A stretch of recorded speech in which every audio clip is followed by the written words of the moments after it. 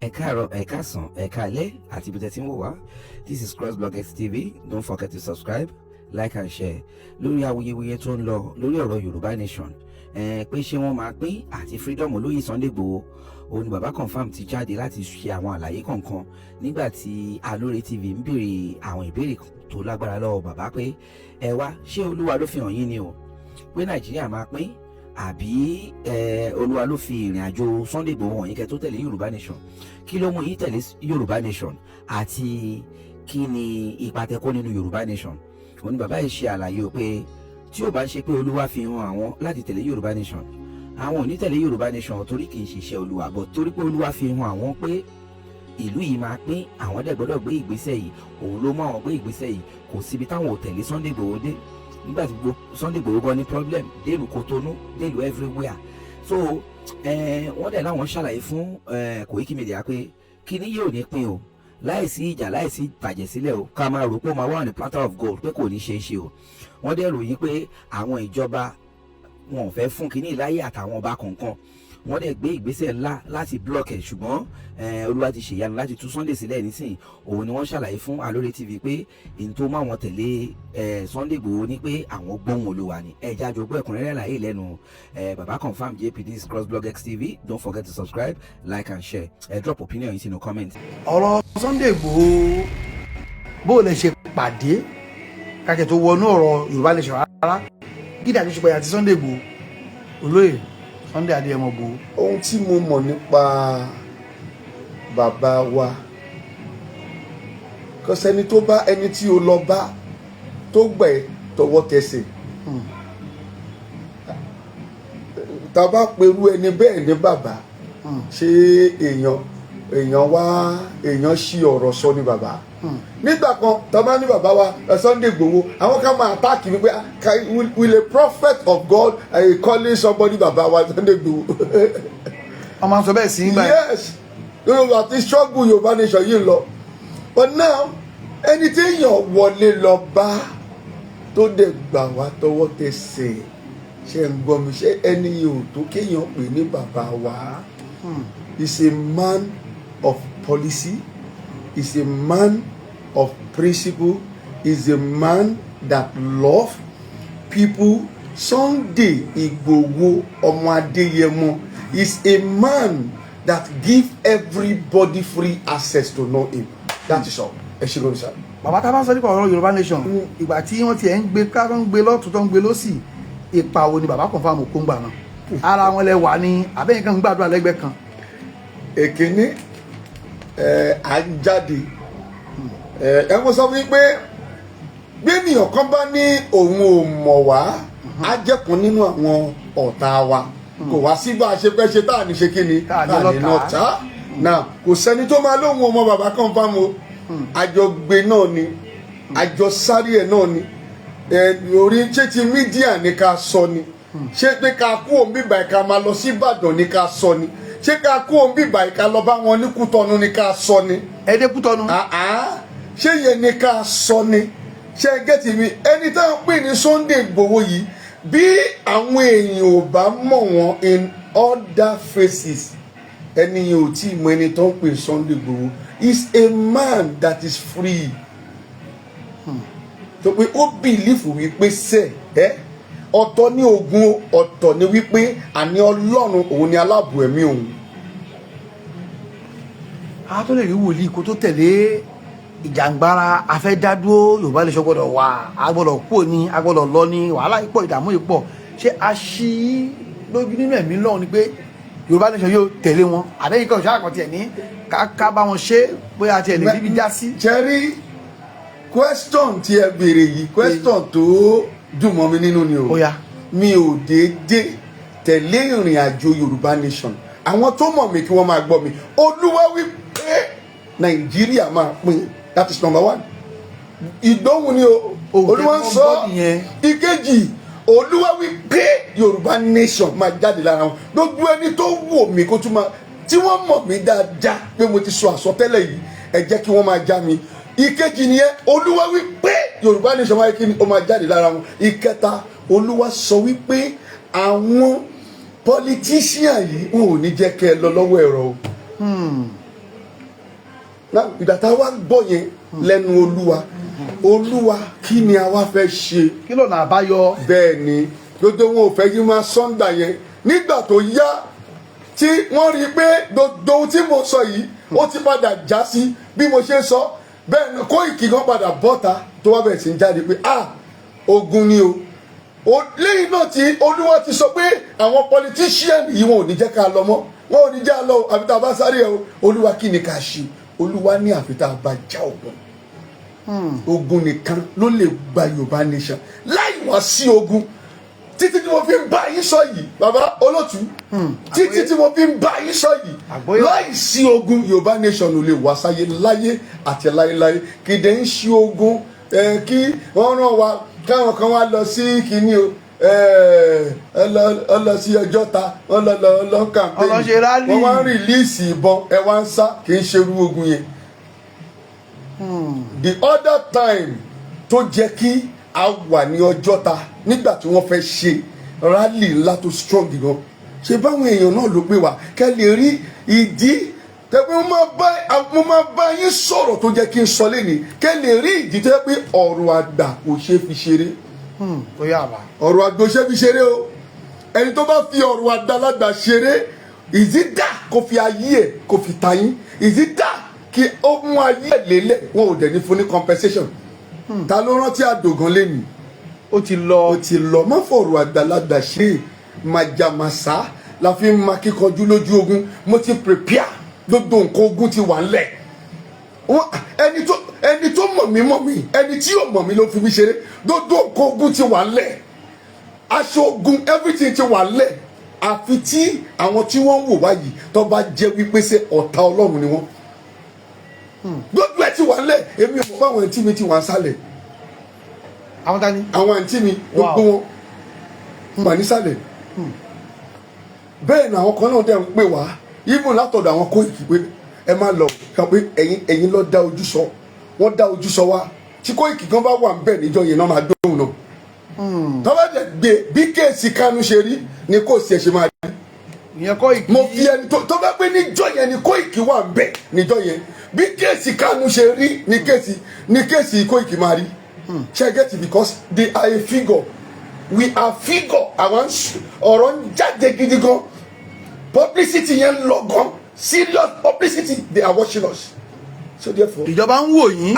serious one now people begin to call us that morning èmi kò tiẹ̀ tí wọ́n bá wọn tí mi ti wà ní upon people are calling me from everywhere pé bàbá ẹ má lọ ẹ jẹ́ káwọn ọmọ yẹn lọ ṣe get me a má lọ bẹ́ẹ̀ náà ni mo ń communicate pẹ̀lú Koiki nínú lọ́jọ́ yẹn àwọn náà dé ń fún wa ní garanti pé ká ní sùúrù o ká má lọ o nígbà tí wọ́n wá lọ tán ẹ wo bí ojú ogun yẹn ṣe rí táwa bá wà ń bẹ kílẹ̀ ló kò lè ṣẹlẹ̀ bẹ́ẹ̀ làwọn èèyàn bẹ̀rẹ̀ sí ń bú mi èyí tẹ fọ́ǹbù ẹlẹ́ǹbọ̀ ẹ ò mọ ohun tó ṣẹlẹ̀ lábẹ́ aṣọ ṣé bó tó ṣẹlẹ̀ lábẹ́ aṣọ ní kẹ́ ẹ béèrè lọ́wọ́ àwa wọ́n ìbẹ̀rẹ̀ sí wọ́n bú mi débi pé bàbá tí kìíní kan bàbá tó máa ń fọ́ǹbù lórí social media bàbá ẹni tó bú mi gan ò lè pàdé mi lọ́nà kó sọ pé báyìí tí ilẹ̀ ò ní jẹ́ níbi tí ọlọ́run ṣe agbára dé mo fi ọlọ́run mo fi búra ẹ̀ ṣe báwa náà la ṣe ń sọ̀rọ̀ lẹ́nu a ò dẹ̀ tí kú ò lórí social media a sì tún sọ̀rọ̀ ẹ ò gẹ́tì mi bó bá jẹ́ wípé ènìyàn kan ló ṣe ń sọ̀rọ̀ báwa ṣe ń sọ̀rọ̀ yìí ilẹ̀ á ti jẹ́ láti ọjọ́ yẹn ṣùgbọ́n a ṣe wà lórí social media yìí a sì ń sọ̀rọ̀ nítorí pé òtítọ́ la ṣe kíni la gbé dání aṣọ ogun ti wà nílẹ̀ gbogbo nǹkan ogun ti wà nílẹ̀ everything ti dúró mo ì máa bọ́ ìsàlẹ̀ báyìí ẹnu àwọn àǹtí mi ẹnu wọn ni mo bọ́ sí bàbá wa yìí má ṣe dá mo dẹ̀ step down I step down I dey monitor gbogbo ẹ̀ náà all over but àwọn èèyàn ìdíwé sọ fún yín pé ọ̀rọ̀ àgbàlagbà ká má sọnù ni wípé àwọn táǹtì torí ẹ̀jà wọn ní ta ló ń jà lẹ́ǹkùlé àwọn. ẹ̀yin torí ọjà mi jà. bẹ́ẹ̀ ni ọjà wa ní kí ló ń ṣe lẹ́kùnlé òun. ìyẹn gógó ni mo ṣe máa encourage Sunday Igboho ní alẹ́ yìí. ọmọ Adéyẹmọ bẹ́ẹ̀ ni mo ṣe máa advice wọn ní alẹ́ yìí. bí mi ò bó tiẹ̀ ti pẹ́ tó pé látijọ́ tí mo ti sọ wípé mo ti yọwọ́ mi kúrò nínú Yorùbá nation láti ìjọ́ tí mo ti sọ bẹ́ẹ̀. bàbá ẹ máa sọ ìdí tẹ́ fi yọwọ́ ẹ sọ fún wa. ìdí tí mo fi yọwọ́ ara ìdí ẹ̀ náà nìyẹn. ó yá mo ń gbọ́ yín sà. wípé ìjà ọmọ Yorùbá kò ṣeé jà à ń tì torí ọjà jà. ọjà ní kí ló ṣe lẹ́kùnlé òun. tọ́ba pé wọ́n pa wọ́n jọ ìlú ìtọ́ náà nìyẹn. ọtí padògán ọtí pọ̀pọ̀lọpọ̀ èèyàn nínú Yorùbá nation yìí.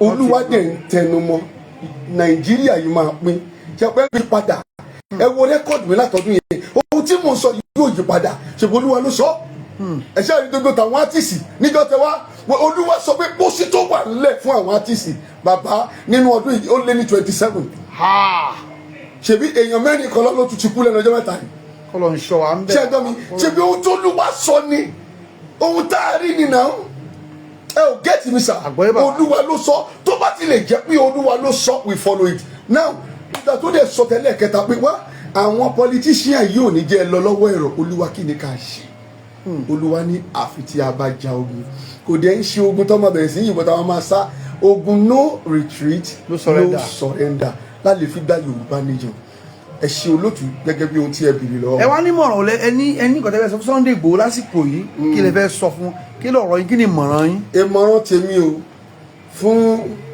Sunday Igboho olóyè Sunday Igboho ni wípé kó má jẹ́ kí ẹnikẹ́ni kó ti òun mọ́ báyìí. mo bẹ̀ pẹ̀lú ìyọ́nú Ọlọ́run ẹni tó bá fẹ́ ṣorí burúkú kó lọ máa ṣorí burúkú ẹ̀ ìjà ọmọ Nàìjíríà ò ṣeé jà bàbá ẹni tó bá dẹ̀ fẹ́ ṣorí rí ẹ̀ kó lọ máa ṣorí ẹ jẹ́ kí Sunday Adéyẹmọ kó lọ máa ṣe iṣẹ́ lọ́kọ́ fi sílẹ̀.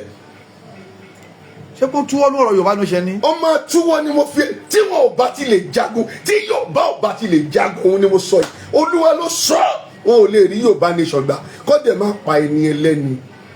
kó lọ sinmi kó sinmi dọ̀. tó bá try yìí ẹ̀ ṣe pé àwọn èèyàn mú àsọtẹ́lẹ̀ mi o tó bá try yìí ẹ̀ wàhálà ni o ẹ̀wọ̀n kan tó ṣẹlẹ̀ nígbà tí wọ́n fẹ́ wálé ńlá yìí Olúwa dẹ̀ sọ pé bàbá ẹ lọ túbá fún àwọn ẹ wo wọ́n bú mi ìyẹn gangan ló jẹ́ kí n yọwọ́ lórí ọ̀rọ̀ Yorùbá nation mo dẹ̀ pè wọ́n mo dẹ̀ bá wọn sọ̀rọ̀ mo dẹ̀ tún sọ àwọn nǹkan tó yẹ ká sọ lórí social media ẹ lọ túbá o fún àwọn tó jẹ́ kí ẹ lọ túbá fún wọn. ẹ sọ bẹ́ẹ̀ fún ta lẹ́nu. bẹ́ẹ̀ni fún bàbá Sunday Igboho ìyẹn gangan ló jẹ́ kí wàhálà tí mo fi yọwọ́ pátápátá o bí gbogbo wọn ṣe bẹ̀rẹ̀ sí ń bú mi nìyẹn kò sí ẹni tí wọ́n ń pè ní Yorùbá agitator tí kò bú mi tán ẹ lọ túbá o tẹ bá fẹ́ wálé tó pé ewu wà ń bẹ. àwọn olè ní pé kó lọ túbá fúngbà náà. àwọn náà mọ̀ mi ò ní kọ́ tó fẹ́ lọ ṣe lórí ṣé bí àwọn náà lọ padà wá túbá fún at the end of the day. ṣe ọdí torí ọjàjà ọjà níta ló ń jẹ wọn wá jẹ́ kó yí wọn pé sórí lásìkò Tinubu yìí béèyàn bá sọ nípa nǹkan kan ó lọ nìyẹn o. aṣáájú ò ní gbà. ó lọ nìyẹn wàá fi ẹ̀mí ẹ̀ di ó yàtọ̀ sí ọ̀rọ̀ bọ̀bọ̀ tó kú yẹn pẹ́sidẹ̀ntì ti tẹ́lẹ̀ Buhari ìyẹn kéré tó bá ti lè ṣe anything tó kọjá pé bí Tinubu ṣe rán ń lo láìfu ẹ̀ lọ yìí tó bá ṣe anything tó kọjá tó ní Yorùbá nation ló gbé wá ó máa lọ ní kò sí wọ́n fẹ́ ṣe. mẹ́rin bá jálà wọn lẹ́nu ẹni jálà wọn tírélà ó máa kú ni ẹ jẹ́ kí n sọ bẹ́ẹ̀ ẹni yẹn lọ ni ó kú ni ẹ̀.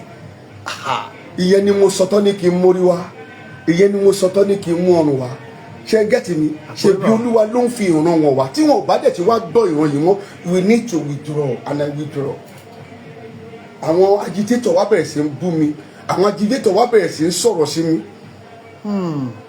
Gẹ́tì mi sà àwọn agitator tó jẹ́ pé Yorùbá nation agitator mo dẹ̀ ń jẹ́ kó yé wọn I am not an agitator I am a prophet I am not a blogger even till today I am still saying it I Baba Confirm JP I am not a blogger.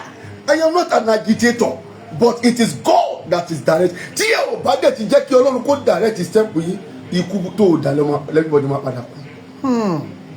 Ìkìlọ̀ nìyẹn fún wọn gbà náà. Ìkìlọ̀ ni. Adé sọ, ó dẹ̀ bẹ̀rẹ̀ sí ń bú mi, gbogbo bẹ̀rẹ̀ sí ń gbé fídíò mi jáde, ohun tí mi ò mọ̀, tí mi ò tiẹ̀ ṣe, gbogbo bẹ̀rẹ̀ sí ń sọ, ó dẹ̀ yáwó wọn.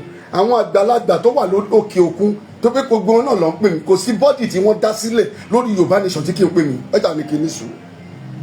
Mo dẹ̀ sọ nǹkan kan mo dẹ̀ wò wọ́n nítorí tani nítorí bàbá tó dá yìí Sunday Igboho yìí is a very good person no matter bẹ́ẹ̀ ṣe lè paint yẹ black red this man called Sunday Igboho ẹ lọ gbàgbé bàbá is a good person. Gbogbo wa la ní òru àná gbogbo wa láti ní wàhálà kan tá ti ṣe lánàá nígbà tó bá dẹ̀ ìyá tó Olúwa bá wá wọnú wa tá dẹ̀ bẹ̀rẹ̀ sí ń jíṣẹ́ Olúwa ṣó jẹ́ ká máa sọ ohun tó ti ṣẹlẹ̀ lánàá ni. àbí nǹkan tó ń pè ní repentant kan nìyẹn tí pastor ń preach àìmọye olè a ní ní kọ́ ṣé kò repent ni àwọn ẹ̀ṣẹ́ rí wọn ní at the end of the day nígbà tí èèyàn bá wá repent tó Olúwa ti wọnú ẹ̀ ṣó jẹ́ ká máa sọ ohun tó ti ṣẹlẹ̀ nígbà kan rí kò jẹ́ ká máa sọ mọ́. Is a good man baba. The only advice tèmi máa fún wọn òun ni wípé kí bàbá yìí fi ọ̀rọ̀ Yorùbá nation sílẹ̀. kó sí mẹ́dọ̀. bẹ́ẹ̀ ni kò dẹ̀ sí pátì kan tó lè fẹ́ lọ tẹ orí bọ̀ báyìí bí kì í ṣe APC. ṣé gbọ́ mi ò ní kó má tẹrí bọ APC tó pé pátì yẹn nìkan ló lè tẹrí bọ̀ èmi ò like wọn o I don't like that party. Mi ò dẹ̀ ní like títí mo máa fi ṣáájú ilé Ọlọ́run wọlé ṣùgbọ́n for his own advantage lọ́wọ́lọ́wọ́ báyìí ṣẹ̀gbọ́n tó pé kì í ṣe ẹni tó gbọ́dọ̀ kú kì í ṣe tó gbọ́dọ̀ ní wàhálà ok Sunday Igboho fẹ́ fi APC sílẹ̀ kó lọ máa lọ bá PDP bá ṣe possible àbí kó lọ bá àkọọdù ṣẹlẹ̀ kò possible nǹkan wà ń sàlẹ̀ o nǹkan tó wà ń sàlẹ̀ ni mo sọ àdẹ̀lẹ̀ túṣu débi tá a dé yẹn tó bá lọ fúnyàn ní immunity ta ló fún ní immunity.